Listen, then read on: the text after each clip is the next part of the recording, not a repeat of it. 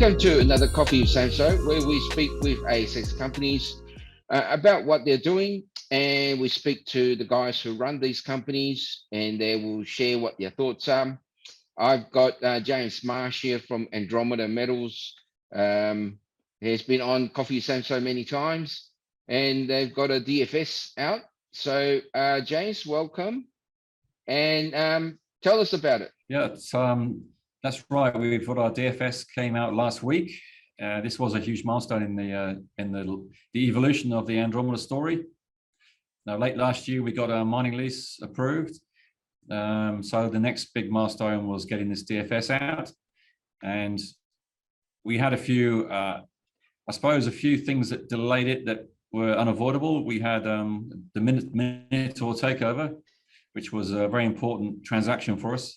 So we had to wait till that was complete, but then that was done fairly recently. And as soon as that was done, we'd already committed to getting the DFS out by the end of March.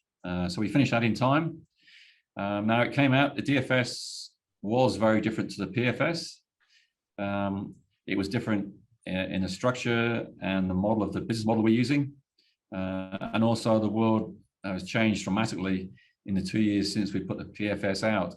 So there were some differences there with the PFS, and we possibly didn't show that clearly enough in our release. So the market got a bit confused by the changes in the numbers and what it meant. But we were very happy that we had a very strong and a very high level of confidence in what we were putting out as a DFS. And the numbers there are certainly very positive and very encouraging. I mean, look at the numbers that you have. You know, your IRR is about 36%. Your EBITDA is 2.2 billion, annual of 81 million. I mean, those are pretty good figures, right? In any man's terms. What's your thoughts on? Obviously, you know, we had what you spoke about a little bit of negativity that came onto the market when you guys released it, but those are pretty good numbers, though, aren't they? Well, they're excellent numbers by any account. Now, if you look at projects, ASX mining projects around, those numbers are very strong. And the message was that we're trying to put out was that this is our base case DFS. So we've worked very hard to make sure that we are as confident as possible about this DFS. We've been conservative on the numbers for that reason. So this is, as I say, a base case DFS. This is the first stage of our business. So it's the first in many stages of the business, and it's going to go on from this point from strength to strength. So what we try to do here is we try to start with a base case, but with a staged approach. So we now will start as described in stage one. In stage one, we'll be in profit by the second year. So that's very quickly into profit. But the profit from that stage one will be then reinvested back into subsequent stages. So we'll ramp up that and we'll increase the capacity of the plant. We increase the product, the refining level of the products coming out. And that's why the payback period is now 5.9 years, where originally it was about around about 18 months for the PFS. So that's one big change in numbers, but it is purely has been done to make sure we minimized any requirements for capital. So that was a very important thing that we wanted to get included. You mentioned the IRR. Well, the IRR was originally 175% for the PFS, very high number. But the reason for that was there was no real capex in that PFS. We were shipping DSO overseas, or direct shipping ore, which was then going to be processed overseas with a toll refining company. So it meant that the IRR was extremely high. Now we decided, since that PFS came out, the DSO option is still attractive. It was still attractive. There's still a very strong demand for it. We had people ready to sign offtakes for that material, but the margins were quite small and diminishing with the huge increase in logistics costs around the world, shipping, supply chains. It was all getting worse and worse. So we decided that we wanted to capture the most value we possibly could with the minimum investment from that material. So every ton of our material, we want to get the most value out of that material, not give it away to someone else. So we changed to a plant up front, Of course, that means that we need investment up front. So the IR went down to 36%. But 36% is still a very good number. When you can consider the NPV, again, a conservative one, but over $600 million. You mentioned the EBITDA, almost $2.3 billion. So yeah, some very strong numbers here. And we're happy that we can substantiate all those numbers. And we're happy to use them now as the base case for the project going forward from this point. And we anticipate that those numbers will improve and get better as we move forward into production. I remember when we last did a coffee, Sam. So we talked about how, you know, the whole business has changed in terms of, as you've mentioned earlier in this conversation, that it's changed, and you were going through the vertical integration concept. Whereas, right, if we go right back to our first conversation in 2019, as you said, it's a DSO market. When I looked at this, the DFS, and you talked about how it's sort of direct to market, you know, the bit that I didn't quite get initially was the what you're earning in sense of like you're earning that 93 million, but then you pay back. What you make is going to increase your plant capacity, I guess, because you're making newer and newer products, right? Refining your raw materials to a higher level. Is that a correct thinking in that sense? Am I on the right path of how those numbers that you've just explained plays out? That's correct. Yeah. So we've got in the DFS what didn't appear in the PFS was we now have a concentrate, so a semi-refined product coming out of the plant right from the word go. This semi-refined product is something that seems to be highly desirable in the market because there's a serious global shortage in supply of very high quality kaolin materials. Then there's companies out there that have got nothing to process or they've got some poor quality kaolin they want to upgrade. So our first stage material, we call it the KCM90, is something that can be used in 3 different ways. It can be used directly in some applications because it is still a high quality product, but it can also be used as a material to extend lower quality kaolin, so other people can use it to upgrade their whole resource, make it more valuable, or it can be processed a little bit further to produce a real premium grade to be sold for a very high price. So what we decided to do was, okay, we start with this plant that can make this first stage semi-refined material, but it can also make our concrete additive, which is our Great White HRM, which is a very exciting new product, very high value. So it can make those two. It can also make our potential HPA feed, or high purity alumina feed, and potentially also make a cosmetics grade, which we have got advanced approvals for. So it's a versatile plant. It's got a lot of optionality, but it's low cost. CapEx for the whole plant is around about 60 million, with the cost of finance puts it around about 90 million CapEx. So about $90 million, which is a relatively small investment, we can get those numbers that were shown in the DFS. And then what we can do is we can then build on that plant. Now the KCM90 concentrate semi-refined is very, very close to our CRM ceramics grade. So we could potentially move very, very quickly to that. It could be a matter of months before we transition to the CRM. And we have offtakes already for that into Japan. And we're negotiating offtake agreements for that around the rest of the world.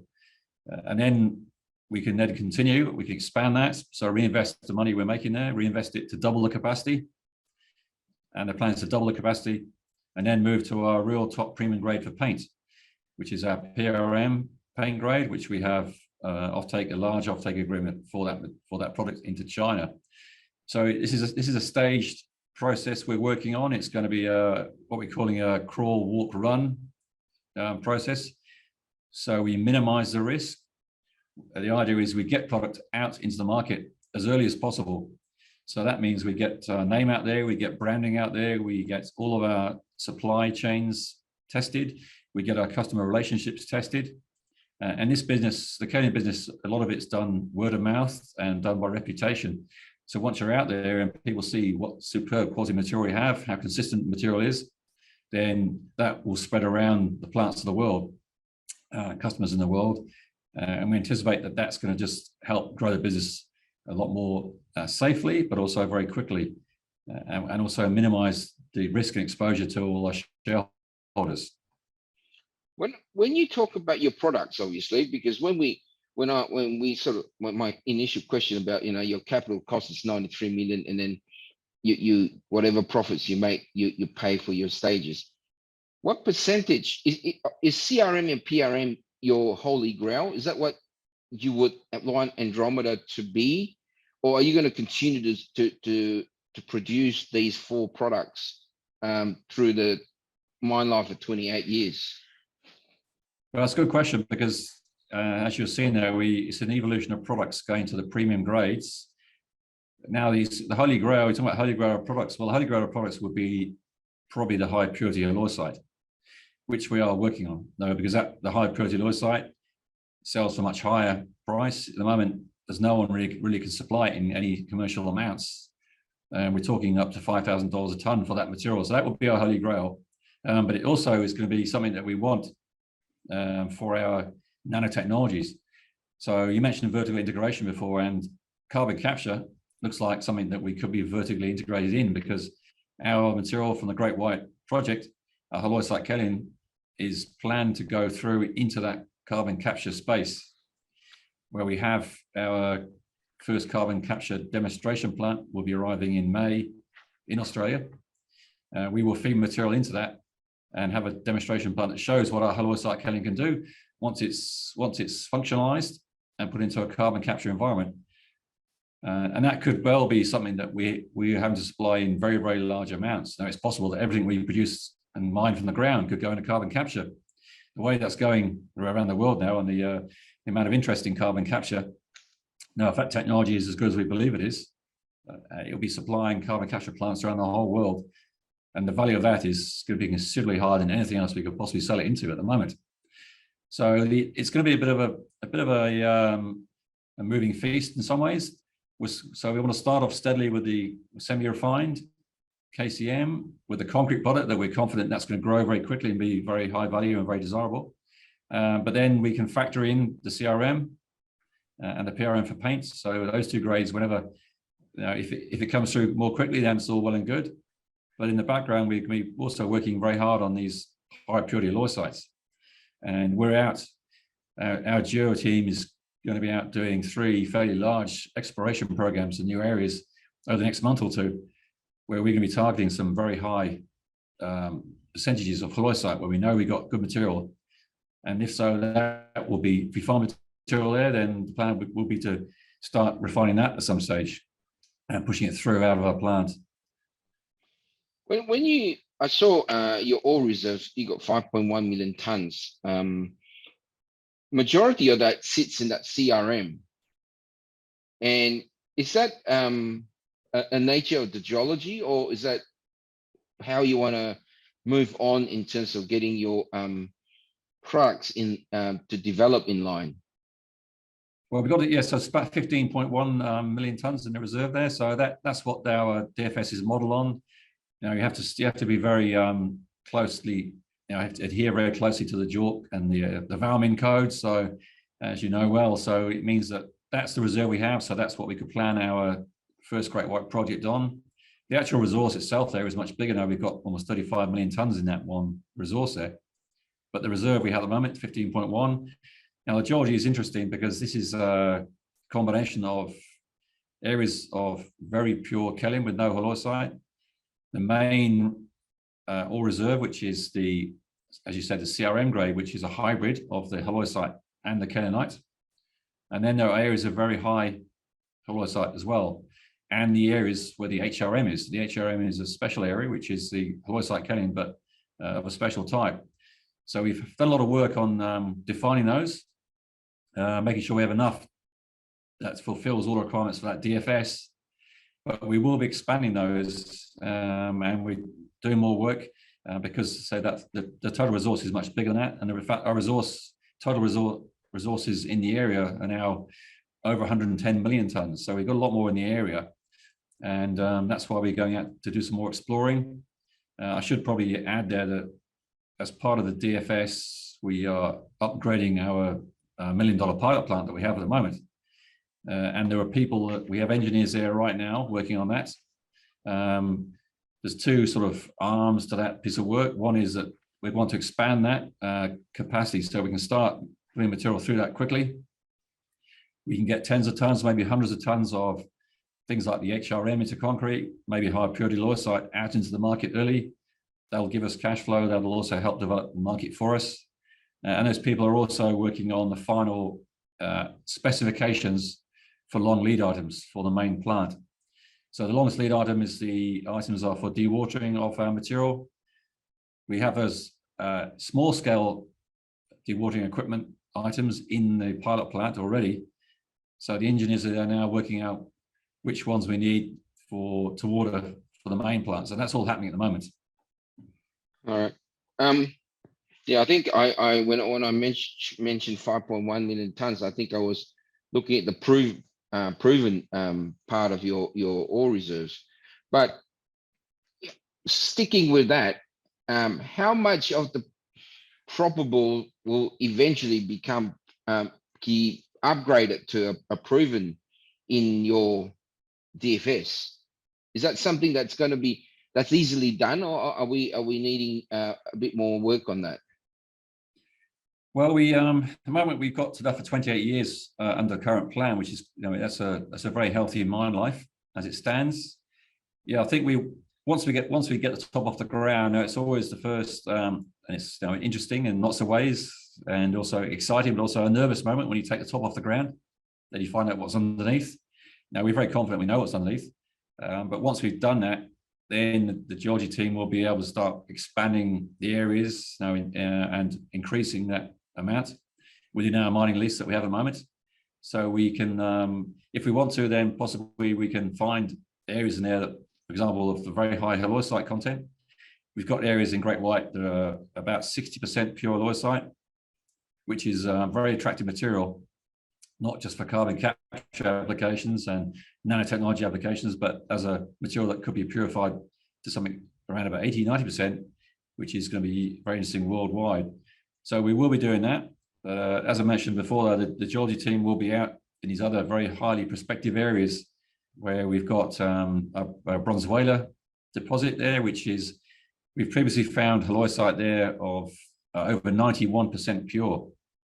So that's a very exciting area, and we're going back there. There's also indications of a fairly high rare earths in that same area, and we've got a new joint venture, which is Ed Kelly, and that has got all the signatures for a deposit of halloysite kaolin with possibly very high halloysite content, and there's depths there of about 60 to 70 meters thickness of that material. So we feel that we've got a lot of very highly prospective areas around that we'll be going out to. But with 28 years of mine life on the first plan, then that gives us a lot of comfort that we'll be operating for many years before we have to worry about that. And what we will be doing is just expanding mainly into areas where we can get that real high purity stuff that's going to be going into those markets in new areas like the nanotechnology areas. When you built this plant, and let's assume that it's all happening, how easy is it to be feeding in higher grade stuff into this plant? Is there sometimes when you speak to people, consistency is what you want in a plant, but if you did find more higher grade stuff, is it a case of you needing to go a different way or a different plant, or can you actually mix that? I mean, layman's discussion here. I'm using can you just mix it and get a better result? It's the technology for refining kaolin is it's fairly conventional. It's been around for decades. It doesn't change much. It's gravitational refining, but there is a slight. There are some differences, subtle differences when you're going from kaolinite to halloysite.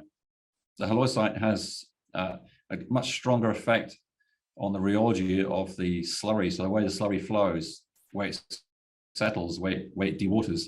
So if you're going to high and higher grade halloysite, then there will be some knock-on effect on how you have to throughput of the plant, how you treat that material. Now, sometimes if it's very pure, very high halloysite, we found in the pilot plant, then you have to just handle it a different way. because it won't settle the same way. So you just have to manipulate that. But we spent years going through that work on the pilot plant. So we got a very strong and understanding of how we have to process that differently. Not many people in the world process halloysite because it's such a rare type of mineral. But we're lucky that we spent all that time in the pilot plant working on these different samples. Now we've had material we've had at the ground, all the way from 0 halloysite up to 60% plus halloysite that we've been processing.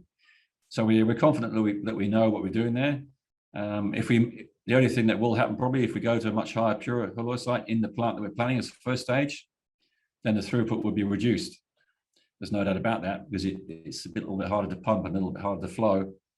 But the great news is there that the value of that material is probably about 10 times higher. So we might lose a few percent on the throughput, but we'll get 10 times the value out of the end of the plant. So that would be a positive thing to happen. Now we would lose some capacity, but what we're producing will be worth a hell of a lot more money. So that's an exciting thing we want to work towards. And if that happens, then we'd be able to invest money more quickly in expanding the capacity and optimizing that dewatering. Dewatering of kaolin is the trickiest bit, takes the longest time, and certainly with a high halloysite, it takes longest as well. So it'd just be a case of putting another press stack in there. But if we're making so much money on the halloysite, then that would be an easy thing to do, and that'd be a very attractive option for us. Moving forward, talking what's happening geopolitical and everything else, how is the kaolin market before and now? And obviously there's a big difference when we first had our conversation in 2019 and now. Can you give us a narrative of how what's changed and in what context? Yeah, so the market has shifted 2 years. The market was strong before 2 years ago, and I'm probably on record as saying back then there was a shortage in supply developing, and especially in China, which was the biggest consumer for areas like the high quality porcelain. Now that's got worse and worse, and now that gap has opened up even further. We've had some independent market experts who are working for us. They've been required for our bankable feasibility study stage, which is the banks need independent sign-off by marketing experts. Now they've identified a growing gap in supply there in China, which is looking like it's going to be up to 1.3 million tons shortage of supply. So there's a huge shortage developing there. That's just in that one country. And what a lot of things that are driving that are not just the fact that mines are closing down and the material is running out, but kaolin seems to be a mineral of the future. It's got all sorts of applications in renewables. So now the big growth area there, energy renewables. It's used in all those industrial applications.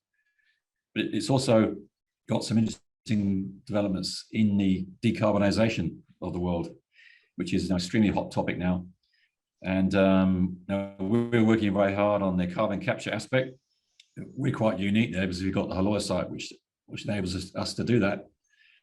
But there's also a big push for using kaolin to replace other very highly contaminating materials like cement, for example.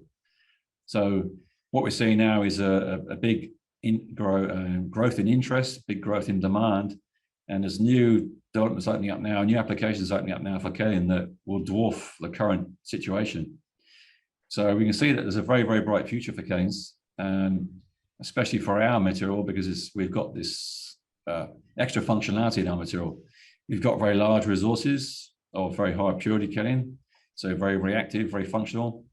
But we've also got this halloysite that can be used in the carbon capture, the hydrogen technology, the water purification, batteries.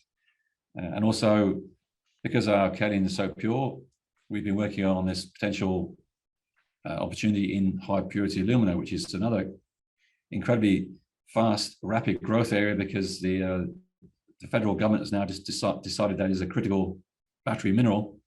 So funding is being directed towards high purity alumina. And you see there's another company in this space that just got a $45 million grant to progress their high purity alumina opportunity. And so we're working on those. We've got quite an advanced stage of that now, and we've got something that we think is really quite a novel solution for high purity alumina. So there's a whole range of different applications here where kaolin is going to be in demand, and it's areas which are certainly of high interest around the whole world, and they're growing very, very rapidly. When last time we spoke, you were talking about all these new products, and always, I mean, you guys have been sort of talking about that for a fair bit, and including like what you've just gone through. You know, when I look at it, my mind goes to, okay, you've got this DFS out of the way. You obviously can produce kaolin to those things, but I seem to get the idea that the market for kaolin or kaolinite or halloysite has opened up. Is that a fair description? It is, yeah. It's there's no doubt that what I'm seeing now is, I've been involved in kaolin for 35 years, and I've never seen such a high demand for it. And it's a demand in different areas. It's not the conventional areas. It's historically paper was always the biggest consumer of kaolin. Yeah. Paper has now fallen behind. It's still very large, but it's ceramics has gone past paper now even. But these new application areas and decarbonisation areas are looking like they will be way, way bigger than even those put together. Yeah. You know, we're talking about companies now in the world that are looking for tens of millions of tons of kaolin. So we're looking at something that's moving, you know, in the direction of something like iron ore, as in volumes of demand in the future. And that means that there's some very interesting opportunities opening up. And a company like us, Andromeda, who've potentially got some massive resources. You know, our exploration targets we've got are many hundreds of millions of tons. So looking forward, and the way things are going, that's only going to get a stronger and stronger demand. We can see that those resources we have rapidly can become very valuable. What's the annual production, usage of kaolin now as we speak? So it's around about 40 million tons a year, which includes unrefined and refined kaolin. So it's probably about 30 million tons of that is refined, and 10 million tons probably just ore that's used. Now there's applications developing where there's single customers in the world who want that sort of amount alone. So this is why I think I can see the whole of the dynamics of the kaolin world are changing. You know, and Australia is in a very strong position. We have got some big resources of it. A lot of that's going to depend on the logistics, though, and the cost of production. So that's going to be an important factor. But when it's been used in applications where we have, for example, we've got carbon trading. You know, if you can use a ton of kaolin to potentially remove a ton of CO2 or reduce a ton of CO2, and your CO2 price, some countries is $100 or $200 a ton, then that makes that potential business very, very interesting. You know, and that's growing around the whole world now. It's some countries are leading the way more than others, but there's no doubt that all the developed world will catch up pretty soon. I mean, what I'm hearing sounds like, you know, you're saying annual production is 40 million tons at this point in time. If this carbon capture thing takes on and it's reality, I don't know what the time frame would be. Then, as you said, one client now is asking for 40 million tons. I mean, we're talking increases of a lot of numbers here for this industry alone. Well, yeah, I mean, the carbon capture is that one is hard to quantify at the moment because we don't know how successful it will be, but it looks like it's a unique technology. Now, no one else that I know of has got a technology where you can convert the carbon into methane, is what we're planning to do. Now, the conversion rate now is very high. We're heading towards 100% conversion rate. So we can potentially close the whole loop on carbon. So every ton of our halloysite that we functionalize could be put into one of these plants, which will suck in large amounts of carbon dioxide, and then we can then discharge that and convert that to methane and put it back through a process again. So keep doing it over and over again. So you imagine the industries that could use that, the energy industries, the chemical processing industries, oil and gas, cement production, any big industrial processes that are using fuel and producing carbon dioxide, then this will be an amazing solution for them. So there's some considerable interest there. And now we still, until we get the plant going, our demonstration plant, we don't know how many potentially years our material will last before it needs to be changed over. But But we're confident that every ton of our material we produce will be going for a very long length of time, just cycling CO2 in, CO2 out. So, you know, we're talking to some big people in that area of space at the moment, some big players in that space. And if they want this technology and they're interested, then you know, we'd be talking about thousands of tons of this material just for carbon capture. Going forward, so you've got the DFS done, you've done all the talking, done all the explanation. What's next? What's going forward? What's, you know, 12 months, 18 months? What's the plan or the schedule? So the yes, next stage, so DFS final stage is the bankable feasibility study, the BFS. So this is to find out how much debt funding we can secure. That is a very important stage. We're now working very hard on that. Now, to get that done, we've got to just finish off the independent marketing work. Has to be signed off. Independent technical verification work signed off, and the binding offtakes locked in for the rest of the material. We've got offtakes for CRM, for ceramics. We'll get some more of those. We've been waiting for the DFS to finish before we lock those in. We've got the PRM, we've got enough of that in place. We're working on the KCM, which is the semi-refined product. So we're negotiating now with a number of potential customers on that to make sure we get the best price we can from it. And we work out strategically where the best place in the world would be to sell that. We're also working on binding offtakes for the concrete product, HRM, and it also works in other building products. So there's new developments coming through there that are very interesting. So that's all the BFS, which is very important. We also have to finish off our secondary approvals for the mine, which is our environmental sign-off plan or the mining plan. That's going through as we speak. Now that's going to be, we're expecting that to be completed before end of the year. And once that's done, then that is the final stage of approvals finished and done and dusted. So we are, as I mentioned before, we're now just finalizing our long lead items we have to order. Now, the world's supply chains have been challenged quite significantly by what's been happening. So those lead times have pushed out. So we want to make sure we don't get held up. So the money we raised, our last capital raise, we've had put away for this exactly for this purpose. So that's going to be done very soon now. We also are going to be upgrading as soon as we can the pilot plant.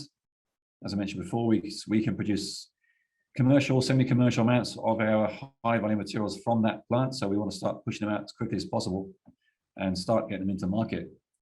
Then it means when we get the full-scale plant going, some point early next year, if all goes to plan, then we can then have a fairly seamless transition from what we've been doing from the pilot plant into the first stage plant.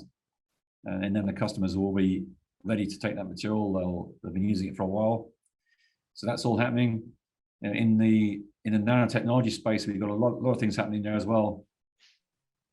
This is very important that we acquired 100% of that from Minotaur. So that deal took a while to complete, but now it's in place. We are working very hard on commercialization plans for that.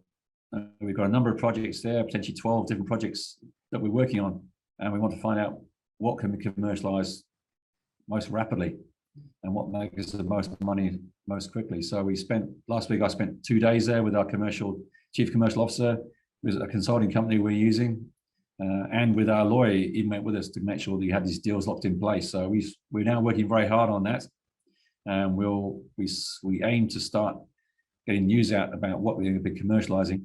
Carbon capture is coming first, but what's coming quickly behind that. And also, we want to start working very hard on the higher purity limiter, because we see that there's plenty of money available for that, for companies that have got the right model and got the right study in place. So we want to get a study finished that we can start looking at funding for that. So yeah, a lot of things happening there. And the exploration that's going on in the background, these other new potential resources that we're going to be opening up.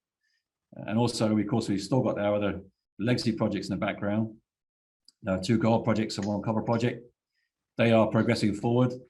One is now a rare earth gold project, and the copper and gold project. So there's pretty exciting things happening there, and we can see that they could be developing through to something that's actually offers considerable value to Andromeda shareholders. So that's another thing in the background. Okay. It sounds like a lot of hard work for you coming up. Look, I guess, at this point in time, I mean, and any sort of things that would throw a spanner in the works, I know there can be many, but there's any obvious ones? Well, we've had a few spanners so far with the pandemic and knock-on effects. That's a pretty big spanner. We managed to overcome that. It slowed us down because it slowed down the approval process. It slowed down the marketing, not being able to travel, but we still got ourselves into a very strong position. What's happening over in Europe at the moment, who knows what will come out of that.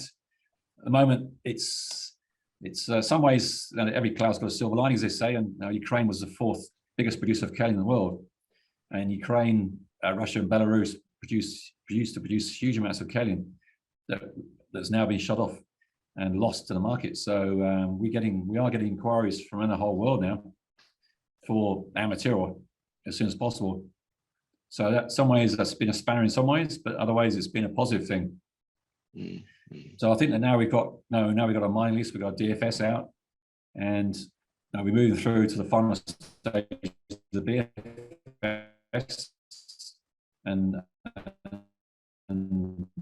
debt funding. It's most so at the moment it's all looking very strong. It's coming together. Now we are a strong recruiting stage right now. We're building a very good team to get us through to the next stage. We've taken on a chief commercial officer recently. We've now got a general manager operations.